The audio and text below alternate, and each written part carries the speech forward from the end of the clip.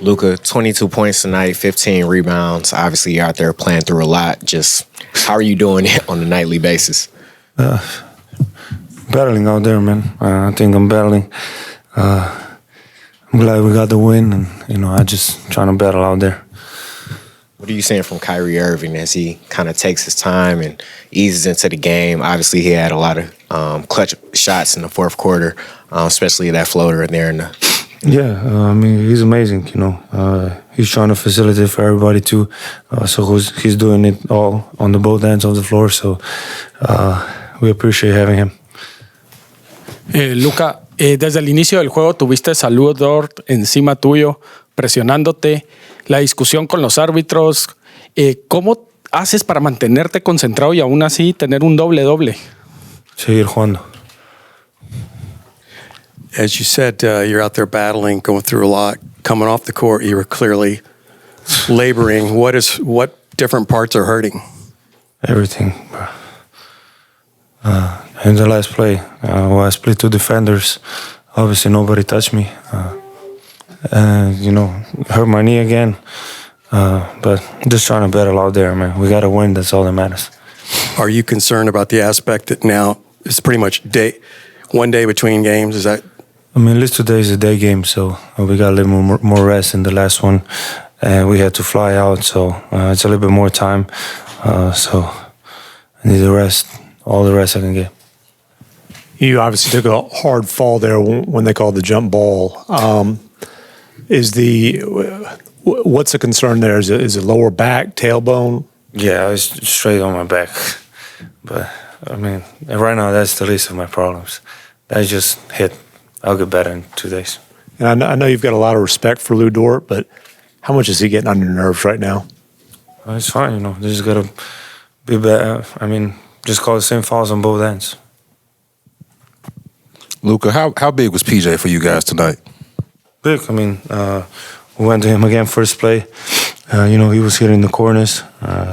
We made 5 threes today. Yeah. But amazing, being aggressive, shooting with confidence, and we believe in him. Luka, what was Kyrie able to do in order to help jumpstart you guys in the second half with his scoring? Just like I said before, he's doing everything he can on both sides of the floor. Just getting to the basket, passing the ball, defending. So he's been great for us. Luka, it looked like you were talking to the refs a lot. Do you feel that the game is being officiated the same here, I guess, in Game 3 of the playoffs as it would in the regular season, or not? I don't think so. Simple answer. Luka, you've been talking about Derek Lively, how impressed you are with him all season. What did you see from him when he was getting hacked and he was able to step up and over the course hit some free throws? Big time, man. It's playoffs. He's a rookie. I think people forget that he's a rookie. And to knock down those free throws was amazing. Amazing to see. And it's big for the confidence. If they're trying to do that, it's big for the confidence. He missed, I think, 2 or 3, and then he knocked the next 4 down, which is huge for us. And just big respect for him in that situation. And again, people keep forgetting that he's a rookie and he's doing this stuff. He's been so impressive all season, defensively. But what about it is, in this game, he's coming out and switching, dozens of times onto their best offensive players and holding up. That's not something he did a lot in the regular season. How impressive is that? I think it's different scoutings, for different teams, but we believe that he can guard, and he's a tall dude. He can block shots. And man, he's gonna be amazing. He already is, but the potential he has is insane. When they go to that hacker strategy, what's your reaction and what are your general thoughts on how that can take an opponent such as yourself out of the game? I'm fine with it. We were fine with it. That's why we left him in the game. We believe in our guys, and we believe he's gonna knock down shots, and that's what we did. Free throws. Luke, at the start of that fourth quarter, it looked like y'all were emphasizing getting Tim the ball. He got that layup. He stepped up in the past 2 games. What have you thought of Hardaway Jr.'s performance over the last 2 games? Yeah, it was great, especially in the second game, which was a big game to to get back on track, but today too. So he's been great. We got to keep finding him open shots. PJ had 27 today and 29 previous game. How do you feel about his confidence and how he's been scoring? Like I said before, we believe in him, and he's going with big confidence, just playing the game, being aggressive, and we believe in him, and he's got to keep going like that. Luka, you guys are up 2-1, just like Minnesota's up 2-1 after Denver beat him. Do you feel like the West is just wide open, and you guys could take it as well as anybody? I mean, yeah. If you're here, you got to believe. I believe we can. But it's gonna be hard. We didn't do nothing yet. We won 2 games, and we need to win the 4th. So we didn't do anything yet. We just gotta keep going.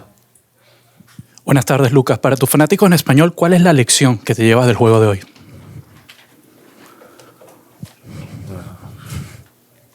No sé, hay que seguir jugando.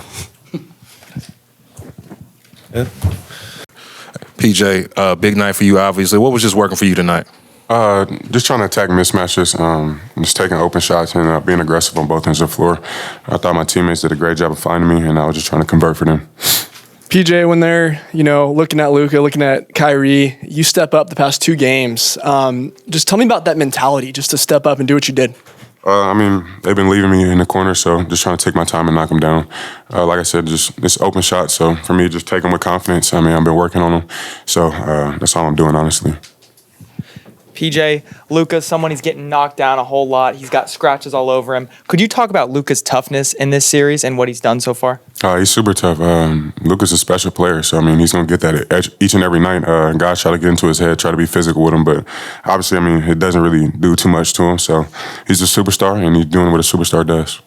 PJ, you've definitely been able to have big games during the playoffs. So how has it been able to showcase that, with your first time around in the playoffs? It's been great. For me, just like I said, trying to be aggressive each and every night. Credit to my teammates for finding me and putting me in great spots to be successful. So for me, it's just all fun and games. I've been waiting to get here my whole career, so I'm enjoying each and every second of it. PJ, you're obviously someone who embraces the physicality aspect of the game. Just with that first dunk over Chet Holmgren, just how much did that kind of settle things for you? For me, just trying to be aggressive. I knew he was going to be help side, so try to get an early post up and just try to put him in the basket. PJ, what did you think of OKC resorting to Hacker Lively, and how did you think Lively responded? He was playing tag for a little bit, and then we told him just sit there and knock your free throws down. But credit to him. He stepped up and made some big ones late, and we needed it. PJ, going into the series, you guys had size advantage, but they won the rebound pretty handily in the first game. The last 2 games, you guys have flipped the switch. Do you think that as the series goes on, you guys' size advantage could become more and more of an advantage? I think whoever wins the rebounding game is going to win a lot of these games. So for us, we just try to be aggressive on the offense and defensive end. We know we have advantage size, but at the end of the day, it's about who wants it more. So we have to be that team each and every night. PJ, over here against the wall. I heard you just mention you've been waiting your whole career to get to this point. How proud of you are the younger PJ that kind of helped you get here? Man, I'm just trying to make his dreams come true. Obviously, just being here is one of my dreams. So just trying to make the most of each and every second. Just trying to play hard out there and give my teammates everything I can. PJ, Luka's clearly banged up, but what do you make of the way you watch him fight through that and still able to put up the numbers that he does? He wants these moments. He wants to be here, and obviously we have a goal in mind. So for him, no matter if he's hurt or can't really play, he's going to give it an effort. And you love that from your star players, and we need that. So he's a leader for us, and he's just doing what he does. PJ, this kind of felt like the game this series turned physical. Was there something that you see out there that kind of is there a play in that game that kind of sets the tone that this is going to the script is going to flip and this is going to be the tone and the physicality moving forward? I think our plan was to come out and be aggressive on both ends and just try to be more physical. I felt like in game 1 we weren't physical. We let them get away and just let them play free. So for us, obviously they're a great offensive team, and for us, we just have to be physical on that end to just give us a shot. What's it like going when you see Dort doing what he does to Luka, and just how physical was it out there in the big scheme? I mean, it's a physical game. I mean, we're playing for everything, so everybody's trying their hardest, and obviously Dort's a great player, great defender, so he's going to do that each and every night, so we just have to do a better job of trying to get him off of him, setting earlier screens, and just playing fast. PJ, where's your confidence level right now? Coming off of these 2 games, performing the way you are in the playoffs, offensively and defensively, high as it's ever been for you? No, even kill. I mean, can't get high, can't get too low. It's only 2 games, and we need 2 more. So, for me, even kill, honestly. PJ, Shea had 31 today. He's going to get his points, just is what it is. But how do you guys think you feel you've done defending him so far in the series? I feel like we've done a great job of trying to make it tough. Obviously, he's a great player. He's one of the MVP candidates, so he can score the ball at a very high level. So we just have to try to contest all of his shots and make it tough for him. Thank you, guys. Coach, in the third quarter, when you called the timeout, lose it by 10, and the team come back with a 15-0 run, which one was the message to your players in that timeout? I think it was more or less that we just had to keep our mental in a positive place. It's easy to get frustrated. Just talking about staying positive, staying together, and that we have to do this as a group. It's not just one person who's going to pull us out of this hole. And I thought the group responded in a positive way. Coach, I wanted to ask you about the hack a Shaq on Lively. He responded really well, I felt like, especially in the last few minutes of the game. Can you just tell me how you thought he responded to all that? Yeah, I thought he did a great job. I thought Kai did a great job of telling him on the bench, don't run, just take the foul, let's go make the free throws. And that, I think, helped with being comfortable. I think for a young man to be in that situation is great. As a rookie, to be able to step up and make the free throws. But I thought was even better if he didn't make it, we were able to, rely on each other on the defensive end to get stops. So I thought, no matter what happened at the free throw line, the guys were in a great place on the defensive end. This obviously was a brawl of a game. How comfortable are you guys with these physical, with that physical style, and how satisfying is it that you can play that, as opposed to maybe some of the teams that you've had here even earlier this year?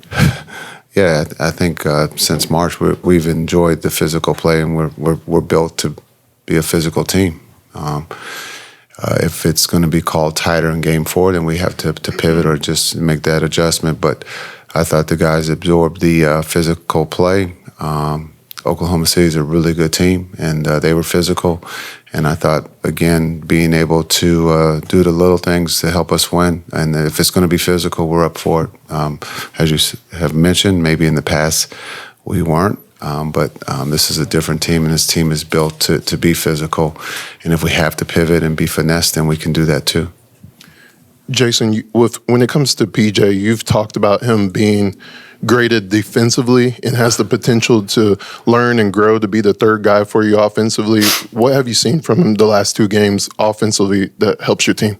Yeah, I think maybe we should have gone to him a little bit earlier. I think the confidence that we have in PJ on both ends of the floor, not just shooting the 3, but being able to play with him in the post, or him, and when PJ being able to run the offense and get us organized.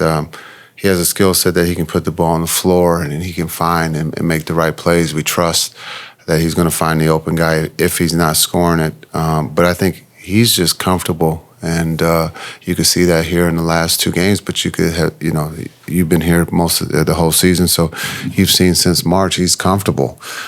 Being home, being in the playoffs, he's excited, and he's been great on both ends, and we're going to need him to continue to do that and get better on both ends if we want to try to do anything in this series. Jason, you took Derek out for about a minute and went small with PJ at the 5 for like 50 seconds, took THA back out, put Derek in. Was that because of the hack-a-shack they were doing? And what made you go back so quickly? And where did you have that confidence to put him back in the lineup? Yeah, I wanted him to catch his breath, but also just to give us a shot. We were getting stops on the defensive end, and so just to make them play defense without fouling, and understanding, that we can do both. We can go small. PJ at the 5, with Maxey out. But being able to get D Live back in, it's just we have confidence in that young man that he's going to do the right thing. That's just how he's been all season. That's how we've been with him, and not just him, but the whole team. Is that there's a big trust factor. And I thought I said it earlier that Kai gave him, some comfort that you don't need to go play tag and run around and play hide and seek. Just take the foul and go up and knock down the free throws. Coach, over here. It looked like during the game, Luka was talking to the refs a lot about the way he was being defended and the way it was being called. Do you think it had any effect, at any point? Like, did he have a point? No, Luka's being Luka. He's consistent. He's always going to have a conversation with the officials, so that's nothing new. Jason, after the Game 2 win in Oklahoma, both Derek Lively and Derek Jones came off the court, I'll keep it PC, saying, "I'll die for this ish." As a coach, how do you can't teach passion, but how do you help them guide that passion and continue to improve for success? Yeah, I think when you talk about those two, since I talked to D. Jones, all he wants to do is win. And that's just, in today's game or in life, that when you're around positive people like that, good things will happen. And so you can see that with him on the floor, with him off the floor, him starting, him coming off the bench. He's just about the team. And so he's been a big part of our culture change and also about just the trust. When he's out on the floor, they trust him. They trust him with the shot. They trust him with the defensive assignments, and so it's kind of cool to see someone that was last to be signed to the team has that that kind of impact. Jason, you guys have talked about Derek Lively and his how impressive he's been defensively, impressive just in general all season. One thing he hasn't done a lot defensively is switch, and you guys have him out there, a dozen times a game. Going on Touche and going on to some of the Thunder's best players. Is that just another example of a way that he is impressed even beyond expectations? Yeah, it's not easy to read onto an MVP candidate. R. Williams, normally in this league when you're 7 feet and you have someone like Shea, they have the advantage, but he's done a pretty good job of trying to keep him in front. Shea's going to get to where he wants to go. You just got to, make it as hard as possible and contest. And so I think you see D Live's ability to pick things up quickly, being able to read the pick and roll or have him in coverage, being able to change pitches, just his basketball IQ. You can see that is displayed in this series and in the series before. Jason, Luka was battling through it all throughout this game. Didn't seem to be quite able to go to that takeover mode that he's obviously got in his bag. What does it say about this team that you're able to win a game where he isn't at that optimum level, and how does that maybe build confidence for you and for this team? Yeah, well, we've been here, before, so we're not built on one guy. We're built on the team. And so if Luka is hurting, the next man up, and someone's got to pick him up. And it's not just Kai. It's the other guys. Timmy's been great for us. Josh was big for us off the bench. And so that's what makes the beauty of sport, that it's a team. This not golf, where we just have a player and a caddy. This is a group that believes that if someone is hurting, they're going to pick them up. And again, Luka hurting, he's doing everything to put the team in a position to win. And so that's what a leader does. But this is a special group, and they believe in helping one another, and you can see that. Coach Kidd, when you're playing against a team like the Thunder in the postseason, you're up 2-1 and home court is back in your favor. How do you go about that when you're going against a younger team like the Thunder in the postseason? Yeah, we haven't done nothing. We haven't achieved anything. We got to stay hungry. We're in the same seat in Oklahoma City. We got the split. We did what we had to do. And so we understand that. We got to protect home. So right now we've won Game 3, but that game's over. We're all focused on Game 4 and trying to put our best foot forward to win. Thanks.